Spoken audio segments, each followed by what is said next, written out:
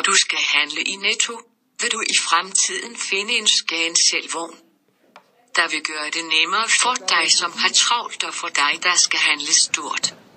Sådan handler du med scan-selv-vognen. Når du starter, skal du huske, hvilket nummer din vogn har. Hvis du skal betale med kontanter. Hvis du skal betale med dankort, skal du starte med at scanne dit kort. Når du har scannet dit kort, kan du begynde at handle ind.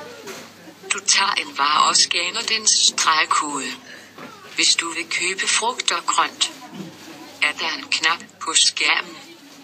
Du kan taste ind, hvilken grøntsager du har købt.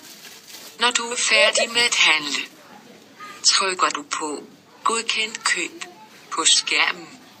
Hvis du skal betale med kontanter, skal du putte dine mønter i automaten, der står på vej ud af butikken. Når du går ud af butikken, vil der stå en venlig medarbejder, der vil tjekke din kvittering.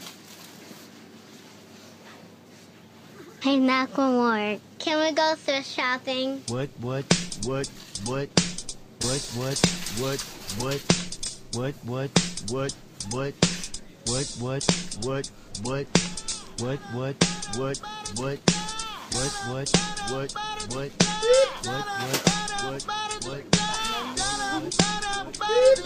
Oh!